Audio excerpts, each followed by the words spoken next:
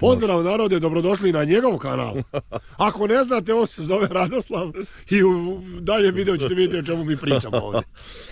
Evo, doktor Šale se malo šali, ali stvarno jeste tako. Uglavnom, u današnjem videu čućete reč domaćina. Ja sam inače tražio čovjeka koji bi mogao da nam pomogne, koji se bavi sa više grana poljoprivrede, znači koji se bavi i ratarstvom, voćarstvom, stočarstvom. Doktor Šale se bavi sa svim tim stvarima, ne bavi se povrtarstvom i još nekim pčelarstvom i tako dalje.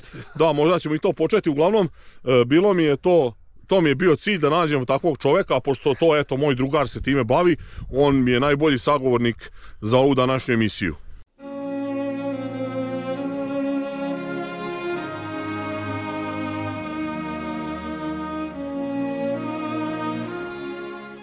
Evo, doktor Šale, u najavi sam rekao da se baviš intenzivnom proizvodnjom ratarskom, stočarskom i voćarskom. A od dogodine možda i povrtarskom. Tako je. Uglavnom, što se tiče ratarstva, ja sam radio tamo neke proračune, a sad mene zanima da nam ti kažeš svoje mišljenje, pošto si ti imao 4 kulture, jel tako?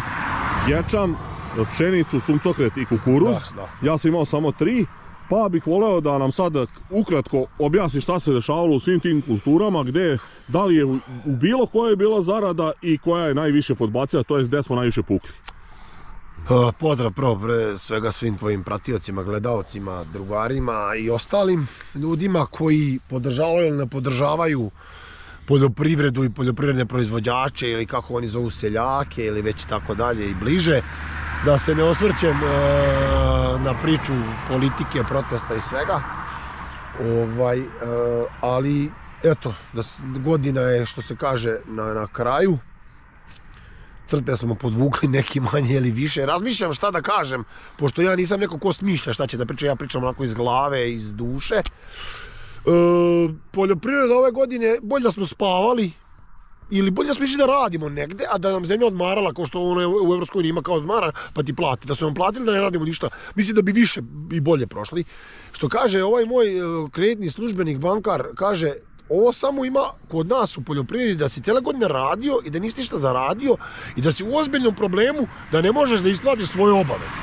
To znači, ne mislim samo na kredite, nego i na arende, na repromaterijal, na sve znači, jednostavno. A gde je još život?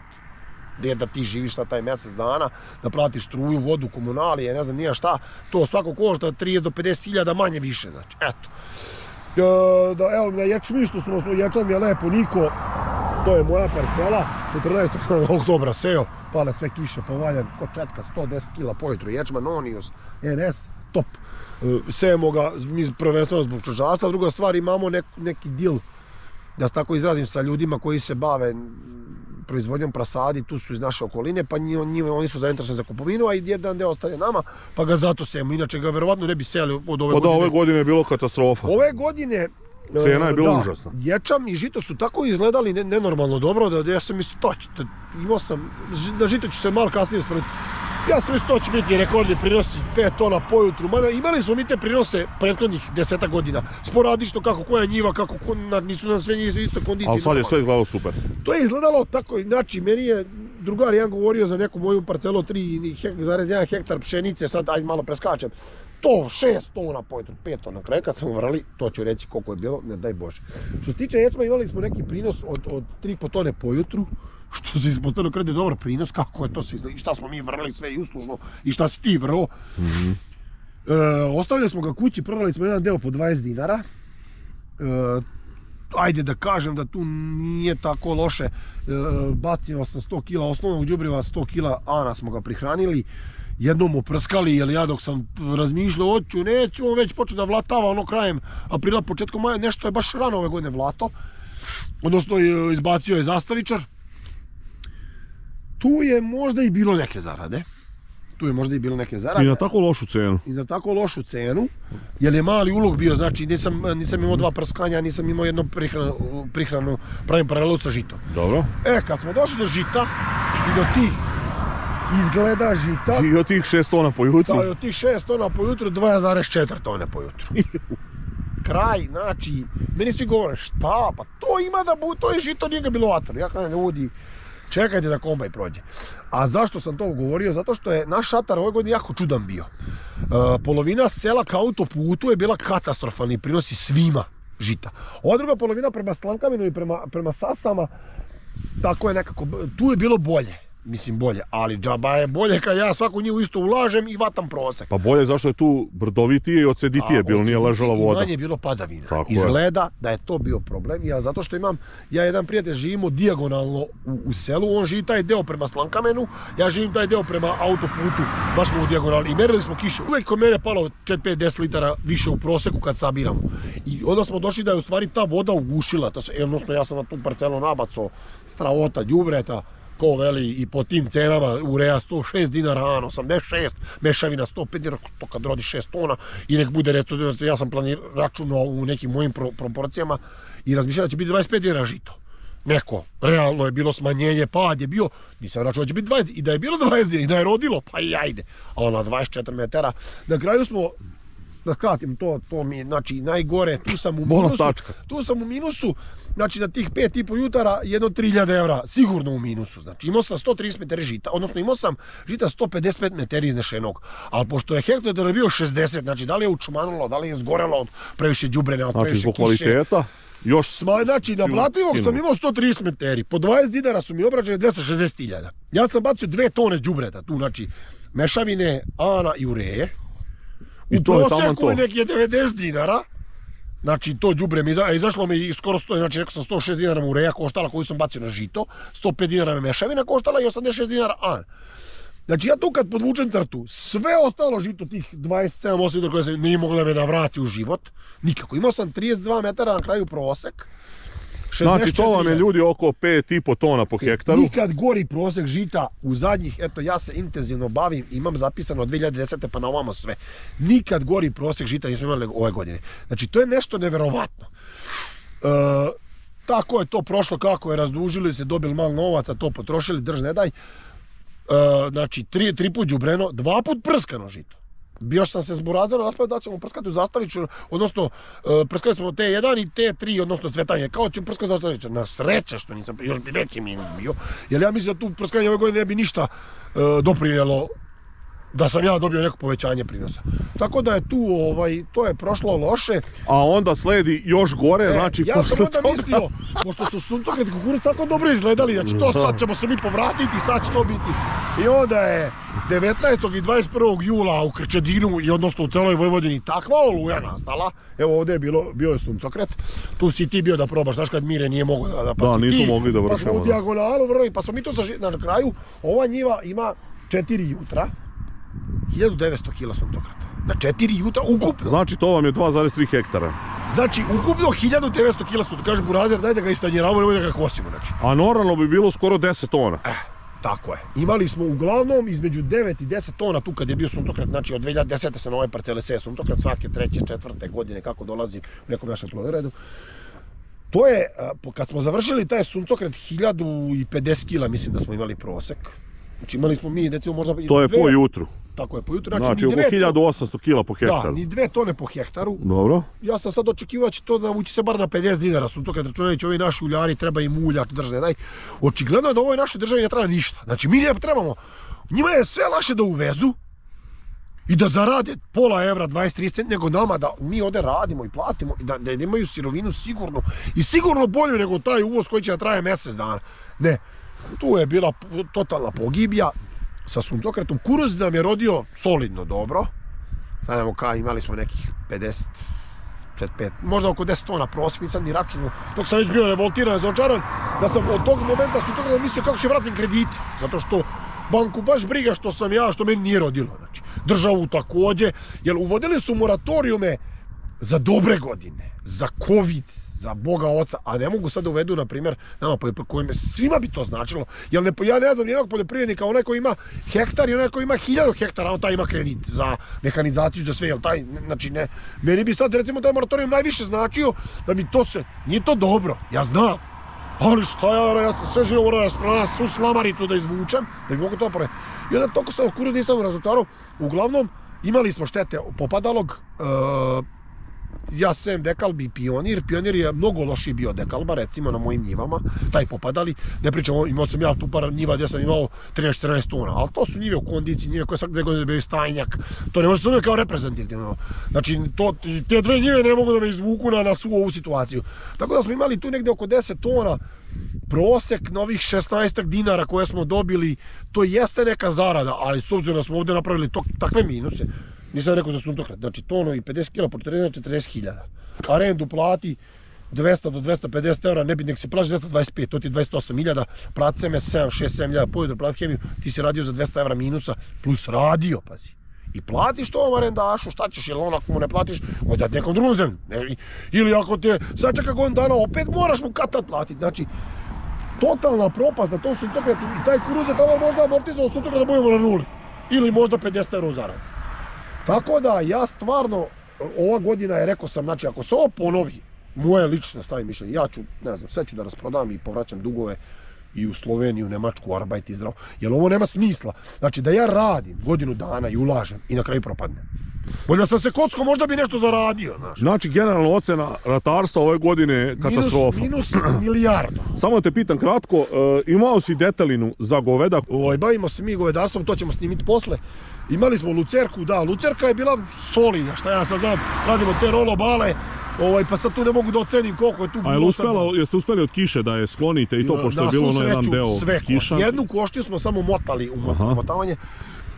A ovo ostalo je uspelo normalno. Uspeli da izvučemo lucerku, znači, relativno prvoklasnu i seli smo, to smo prošle godine radili prvi put, ove godine smo ponovo radili postrani sirak za masu.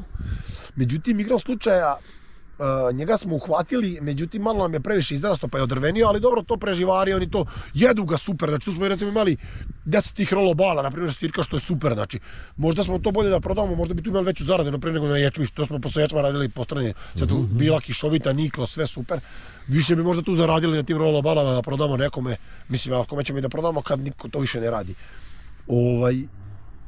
Tu, kako se zove, tu smo solidno prošli, imali smo, ne znam, 10-12 bala po jutru tih rolo. Znači hrane je ipak što se tiče bilo, da. Što se tiče za stočarstvo, mi hrane imamo. Imat ćemo da preživimo sljedeću godinu, nije kao onih sušnih godina kad nije bilo. A što se tiče klasičnog i samog ratarstva, ne znam, ove godine što kažu ljudi koji imaju neke ozbiljnije zalihe, koji nisu ima takvih još uvijek, to su kao dinosauruse, retki primjer, ali kažemo koliko ja mogu da budem miran, godinu, 2, proći će i to, ja ću moje zalihe potrošiti, šta onda? Mislim, ne bi da se kao politiziram nešto, ali mislim da ova naša država, maćehe su sjajne kakva je država prema poljoprivredi. Ja shvatam da smo mi uvijek bili gori starež ljudi, odnosno ljudi koje... Najniža lestvica u društvu, da. Znači, kogod se pobuni u ovoj državi, dobije lestvica, da, izvijem se. Taksisti, u redu je. Poštari, u redu je. Vojska, policija, sve to u redu. Pa šta smo mi sad, šta? Mi treba da nosimo teret, evo ja sam mlađi, ti si malo stariji od mene, sećaš se, moj otac je stariji, tvoj bio deda celog veka, znači... To je od uvek tako, kroz istoriju poljoprivreda sve krize nosi. Znači, što se kaže, prvi plati porez poljoprivrednici. Što se kaže, ne znam, sve dažbine, sve živo izminimo. Bankari kažu da najveći procenat izmirenja dugova poljoprivrednika. Da, su poljoprivrednici preko 98%. To znači neverovatno nešto, znači, tako da ja ne znam gde ovo sve vodi, ne vidim strategiju razvoja, nikakvu, mladih ljudi u poljoprivredi više mislim da uopšte ni nema, to ima sad tako, eto, ne znam, tata radi, pa s tim sad 20 godina, pa će on šta će, ajde da radite u zemlju, pa nema da... A sada tu neko ima da se, to je, evo, kod nas u Krčedinu mislim da ima 1 ili 2 mlada čovjeka koje će ostati da se bave, znači. Ja recimo imam dete, sina sam dobio, znači svim snagama, to su meni govorili, ja nisam to verovao. Znači moj deda i otac su govorili, nemoj da ideš, vidiš da nas pre 20 godina, ja budala, volim zemlju, volim traktor, hoću da se bavim tim. Bolje da sam bio neki doktor, inženjer, šta god. Sladoleđija. Pa bolje i to. To je meni deda predlagao da ja budem sladoleđija. Bolje bilo šta nego ovo što sam radio, znači radim i propadam. To ne postoji, znači ovo ako neko gleda ozbiljan, ako prati tvoj kanal neko, mislim da je ne vapaj, nego ono zadnji krajeva da se nešto ovdje uradi, da se pomogne. Znači, ne da nam daju 20.000 dinara mesečno da mi preživimo mesečno. Nije tu poenta da ti sad ne meni daš 20.000 i sad ću ja dobiti po hektaru, ne znam, 200 evra sad kratkoročne pomoći. To mi ne znači ništa. Ja sam prema Bobovom goji šta do godine. Šta ako da bude ovako, ja sam opet, još sam u većem problemu. Znači. Mislim, ne znam, ja znam da je poljoprivreda, dobro studirao sam poljoprivredu, učio sam malo kako to negde funkcioniše u razvijenijim nekim sistemima i državama. Treba sistemske promjene, treba nešto, treba ta strategija se gleda dugoročno, ne da gledamo kratkoročno. I mislim još uvijek ne bi to si ti u pravu, ajde znam, taj tvoj rad i sve. Problem su ljudi, ne treba mi je gledamo jedan druge kao konkurenciju, ne treba gledamo kao da naučiš od nekog partnere, nešto. Da, kao partnere, kao da se, evo, ne znam, Raiffeisen Agro je nastao udruživanjem 1000 poljoprivrednika u Francuskoj i oni su napravili i banku i kooperaciju i seme i sve živo, znači. A mi ovdje gledamo na jedni na druge kao konkurenciju, kao, ne znam, vide onog stočara, vide onog.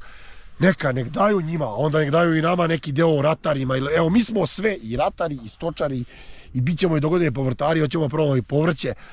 I opet sa svim tim ne mogu da preživim, znači, to je neverovatno. Kad smo već kod vapaja, možeš samo na brzinu, molim te da kažeš, ajde, ovo kako ti izgleda ova situacija sa miševima, ovaj neviđen napad glodara, ljudi uopšte ne idu na njive zbog blata, ne gledaju, kada odu, neprijatno će se iznenaditi. Tako je, mi smo primetili te miševe još u septembru na lucerki, znači, na 2 parcele, 5 otkaz od lucerki, nismo, to je 5 cm, pojeli su stravota.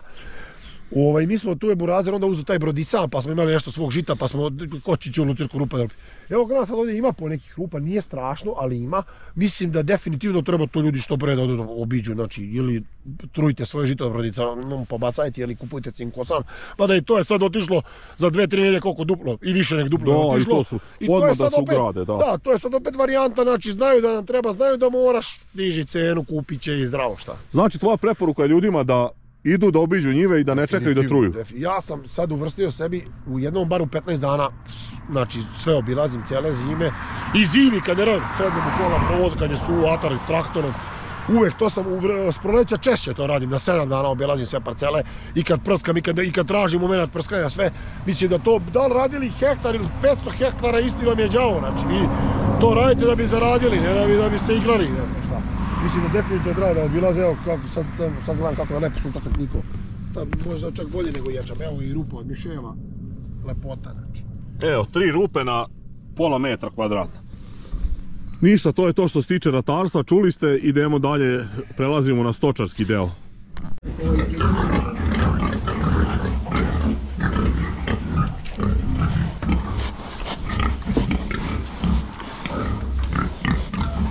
Šale, nalazimo se ispred tvog objekta gdje toviš svinje i sad me zanima, znači to je također još jedna od grana u poljoprivredi kojom se bavite, znači tova svinja. I šta možeš da kažeš, kakva je godina bila što se tiče tova svinja? Godine su, odnosno zadnje 1, 2, 3 su relativno loše za tovljače, mada recimo kad bi sad uzeli statističke neke podatke, oni bi rekli to sad se zarađuje na svinjama stravota. Zbog jeftine hrane. Zbog jeftine hrane, ali niko recimo ne gleda inpute, znači ja imam svoje žitarice, ali nemam svoju soju, nemam svoj premiks. Ne znam, kilogram premiksa mene, ne znam, sad 25 kila, 2500, znači kilograme košta 100 dinara, znači. A prasici, cena prasica mali? Cena prasica se sad negde stabilizovala, ali recimo u odnosu na pre 3 godine duplo je veća start sada. Znači ja sam i pre 3 godine imao žitarice jeftine, a imao sam duplo manji ulog, znači. Loš, mislim, cena je sad tu negde, ajde da plastično licitiramo 250-270 dinara, evo ja sam dogovorio nešto, sad ćemo od ovih ovdje da izvadimo ove veće komade, što se kaže, po 270 dinara, sa PDV-om naravno. Međutim, Sovnjeg stokira 27.000. On pojede 3,5 metara hrane, gotove. Nisam sad, lupiću, ne mogu ga kažem, nisam računao. U ta 3,5 metara hrane, on znači mora pojesti 4 džaka tog premiksa, koji će mene da košta 10.000 dinara. Samo premiks i soja, plus moje žitarice, plus prase, plus moj rad. Znači ja to prase kad kupim, treba mi 4 recimo sisavca, 6-7, 4,5 mjeseca da ga utojim na 115-20 kila, ajde, ne idem nikad previše, jer oni posle, pogotovo kad su ženske, ako nešto ima ženske ne strojimo, oni napreduju tu, nema, po mom mišljenju nema efektne računice. Samo ću kratko se vratiti, evo ove godine, znači ja ne znam koliko me ljudi zvalo od kuće, ona varijanta koji rade ovo. Svi zovu, pitaju za cenu i kad im kažeš cenu, svi kažu hvala, doviđenja. Pa nema narod hvala. Reći ću samo još jednu stvar koju ja pratim. Zadnja 3 mjeseca mi uvozimo zvanični podaci koji mogu da se nađu na sajtu ministarstva, na ne znam, carine. Ja sam na infotimu logistici, znači ljudi koji se bave analizom tržišta video. Između 4 i 5 hiljada tona svinjskih polutki smrznuti i 1000 tona prasadi za dalji tov. Znači, ja koliko sam čuo informacije da nijedan ozbiljan, ja sam mali tovljač, ja tovim recimo, tovio sam do 300 komada godišnje, ja sam smanjio do 100 komada godišnje. Znači, ko tovi preko 300 komada godišnje, zadnjih godinu dana nije kupio nijedno prase proizvedeno u Srbiji. Znači, to su sve uvežena prasad, naše velike firme kupe u Danskoj, dođu ovde, karantin, da li tu malo još dobije ili kalira, oni to ovde zarade i čist račun duga ljubav. A spomenut ću još jednu stvar. Svinjsko meso, mislim da najviše uložimo u Ispanije, trenutno svinjske polutke, tamo su polutke, mislim da je prosječna cena 2,3 evra po kilogramu. Kod nas je sad 4 evra svinjskih polutaka. Eto vam, prosto matematika, 1,7 evra, on nek plati transport, ovo ono, carinu, on evro zaradi čisto ni kopo ni oro. Što bi on sad od mene kupovao? Klao, šta će sa crevima, šta će sa ovim, s onim, prosto. Znači, mislim da nas gase u ovom stočarstvu. Pa šta kažeš za ovo... što je ministarka onako stručno rekla kako će se povećati broj svinja uvozom uštrojenih prasica iz Danske. Mislim...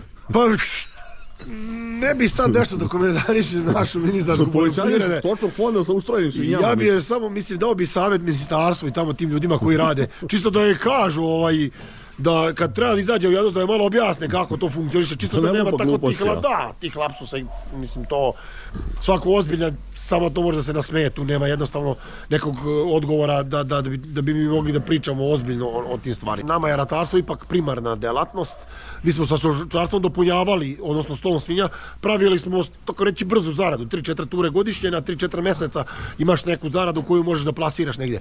Međutim, to se sve, kako kažem, sve se to gubi smisao kad ja zaradim na tovljeniku, kad je meni subvencija na tovljeniku zarada od 1000 dinara države. Znači to je, ja treba da sad 1000 dinara je tu subvencija po jednom tovljeniku. Znači to je, ne da je smešno, nego nemam 10 kila koncentrata da kupim za tu subvenciju. A pritom, ja moram da dam 352 dinara da se obeleže svinje, da izvadim pasoše, da bi dobio papir da, znači nije ni 1000 dinara, nego 600 i 340 dinara. To ne da je smešno, nego to je žalostno. Sramota. To je, ja mislim da je to poniženje. Ja kada gledam, traže se povećanje za mlekarstvo, sve to u redu. A šta je sa tom svinja?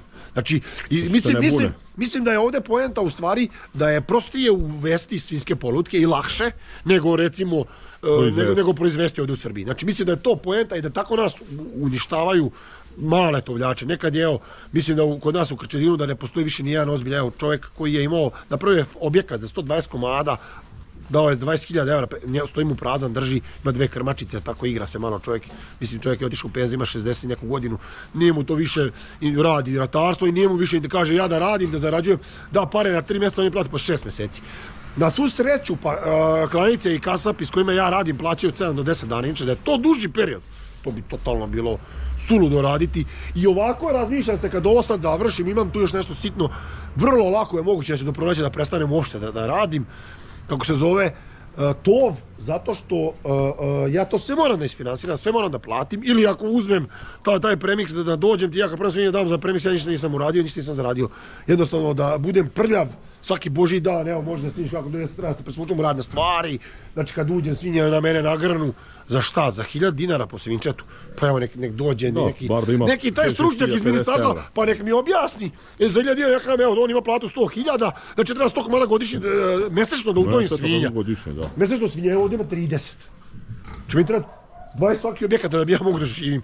I to da ulažem i da rizikujem, sam rizik da ja snesem, da li bi nešto zaradio, da li ne bi zaradio. Mislim da je to, ne znam, gubitak vremena, gubitak živaca, gubitak svega, mislim da je to suludo danas raditi.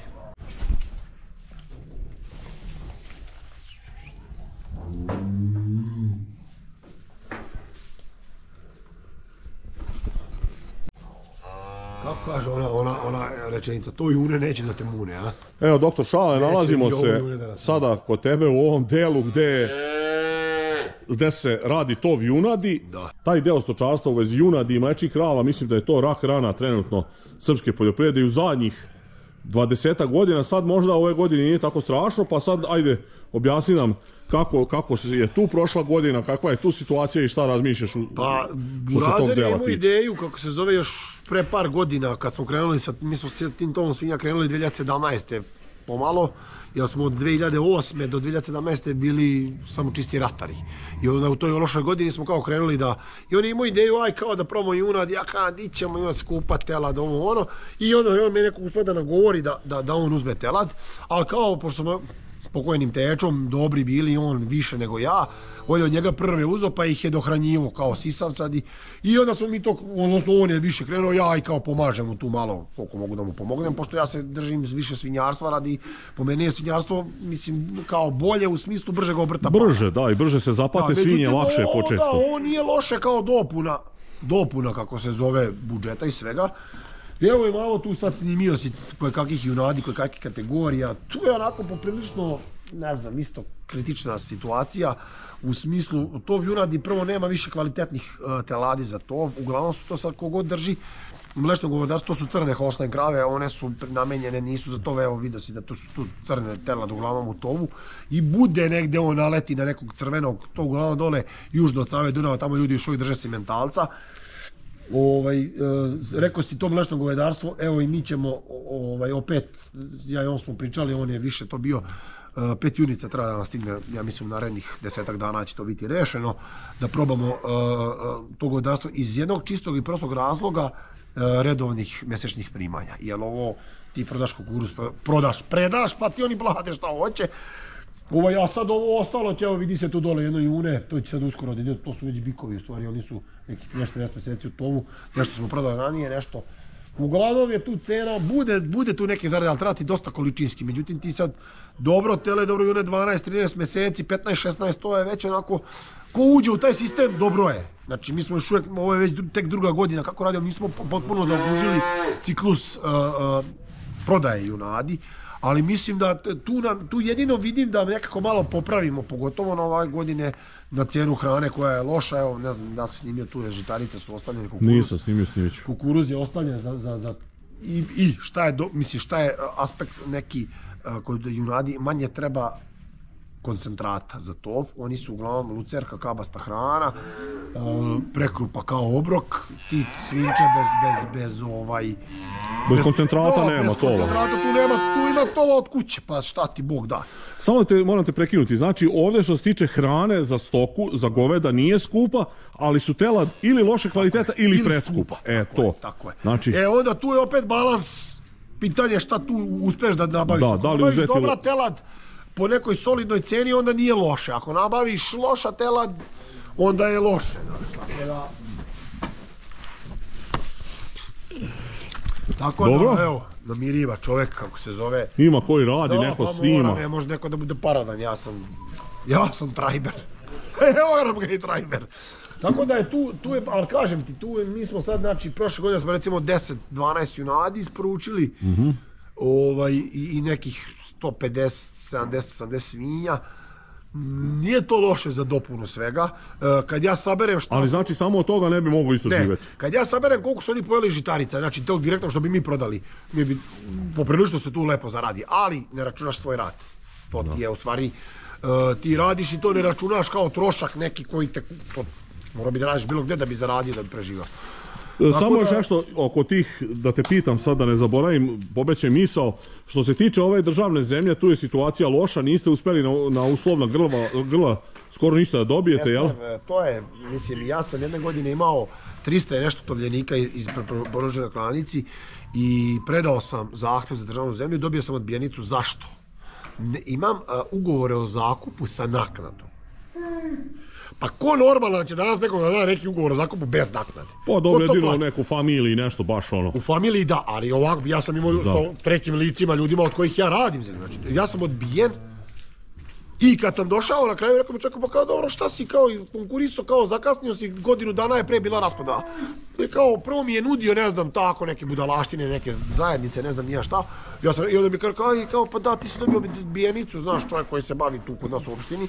Ja kao, dobro, jedan sam ja od toga digao ruke. Jer dok se anulira naša zemlja i to, znači nisam imao pravo na hektar zemljišta mi bukvalno šta ne znači mi ništa. Znači i ti misliš isto da je to dosta nepravedno urađeno, da su predugo dali te ugovore? Tako je, što su dali predugo, što su dali mnogo. Znači, niko tebe ne treba se ti baviš. Evo, mi sad uzimamo krave sa svoje zemlje. Jel me neko treba da uzmem krave? Ili da uzmem bikove da to im svinje? Da, a mnogi drže stoku samo da bi dobili državnu zemlju. Da, ne pričamo o kombinacijama i tome. Da, to ne želim da ulazim u to. To postoje državne institucije. Valjda postoje državne... Pa ne baš, ali nek se bave s tim, nek to neko pregleda. Ne bi da imam informacije... Znači, što s te strane tiče nikakve pomoći, nema državne zemlje. Imali smo, ove godine smo dobili...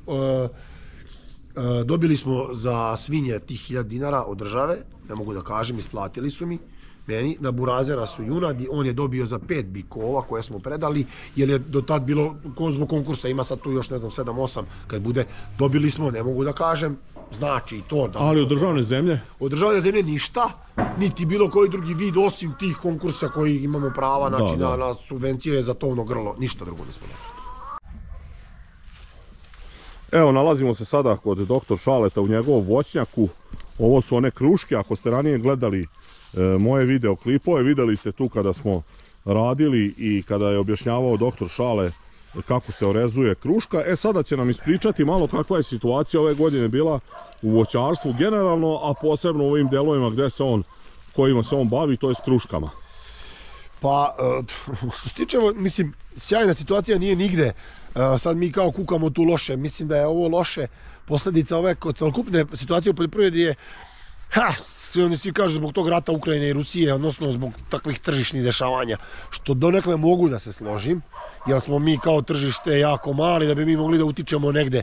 Sad ja mislim da je kod nas ovaj problem više nastao zbog države koja je napravila šta je napravila, ali da ja ne opširujem, u voću danas mogu da opstanu samo ljudi koji su krenuli rano s voćem. Znači, pre 15-20 godina, kad je ulog bio mali i koji su vremenom napravili odnos sa kupcima prijateljski. Znači, da ti garantuješ da će tebi neko to da plati. Znači, u voćarstvu su jako veliki ulozi. Evo, jabuku su sad počeli da prskaju. Kruška je jedna od najintenzivnijih kultura koja se prska između 15 i 20 puta godišnje. Recimo, ja uspijem da je sa 10 prskanja držim u nekom korektnom stanju. Imamo tu neki voćnjak, kako se zove, od 100 hektara, mislim da ga se u ovoj godine 18 puta prskali, da sam čuo. Znači, kad jabuku morate prskati 18 puta, onda znate koliki je problem sa štetočinama, pogotovo sad ovo zabranjuju kakve razne aktivne materije zbog kancerogenosti, zbog ne znam više nija čega, samo nešto izmišljaju. Ja mislim da je u stvari to deal sa hemijskim kućama da se pravi nove, da nam skupo prodaju. Jer gledam šta se radi u ratarstvu. Znači, nama zabranjuju jeftine, dobre aktivne materije koje rade posao sa skupima koje ne rade. Nema logike. Sad ja ću se osvrnuti na krušku koja mene ovdje ove godine je bilo relativno problematična godina jer smo 1. aprila imali sneg gdje sam ja već bio svestan da će rod biti umanjen i bio je umanjen rod 70% je bilo manje nego prošle godine. Meni su rekli nema minusa, nema, bilo je 0,8 stepeni ujutru, međutim kruške su se zametnule, ali su počeli u maju da opadaju.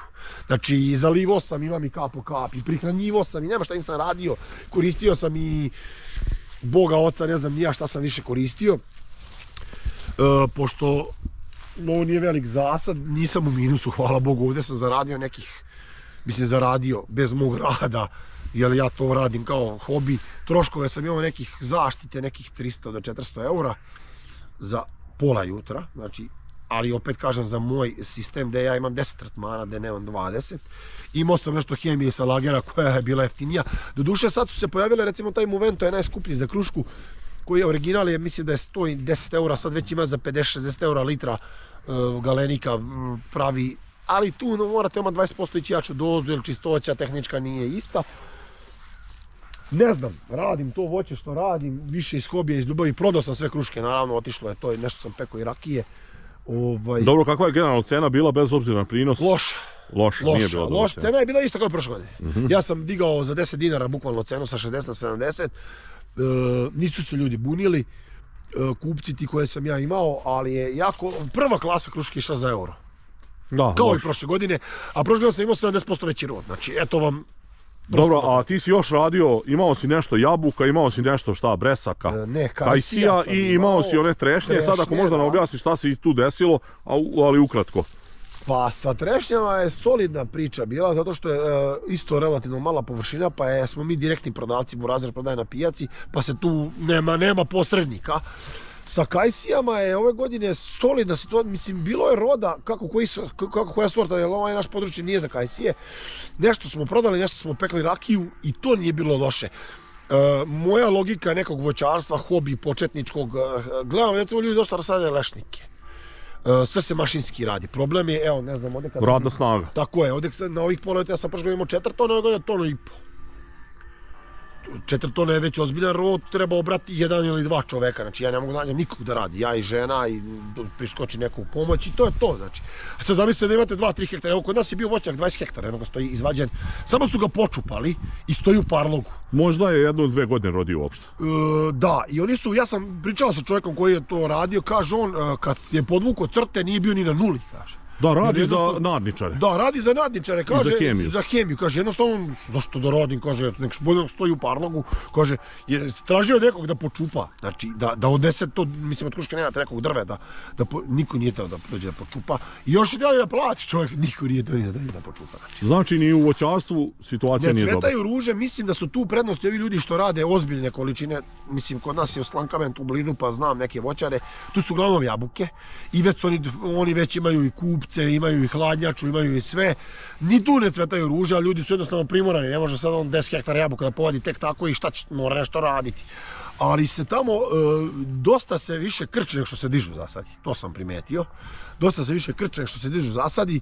Neki kažu zbog sortimenta, neki kažu zbog jednostavno ima i toga, znači mi kao tržište ne možemo mnogo voća da potrošimo, njima je baziran izvoz, sad se traže tu neke sorte, nove klupske jabuke, dižu to ljudi sporadično, pomalo, ali to sve, i oni su u jako velikom problemu, plaćaju, znači sad, oni su primorani da plaćaju radnike kako oni kažu, znači bukvalno, ako nećeš da plati, ili rezača, nećemo da radimo, evo ti radi sad neko ko sa 50, na primjer 30 hektara jabuka, šta će on mora plati jednostavno, ili da povadi, nema druge, znači, ali jednostavno kad si u tom sistemu ti to moraš da radiš teo ili ne, znači.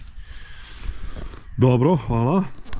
Dobro, ništa, evo, ako možeš na kraju, Vlado, ukratko da kažeš tvoje neko razmišljanje o poljoprivredi i šta planiraš ako se ovo ovako nastavi.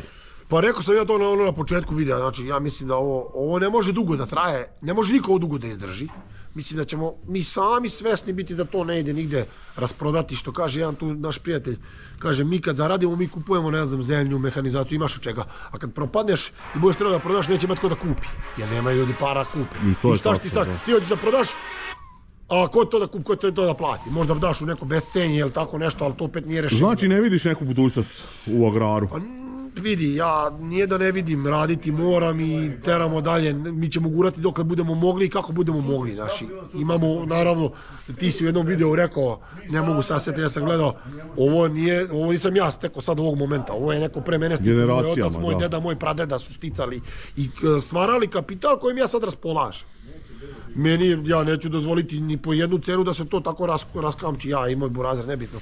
Nećemo dozvoliti ni po jednu cenu da se to tako raskamči, da ode, ne znam, zarad svega. Samo, mislim da je poljoprivreda danas u Srbiji biti poljoprivreda jako teško.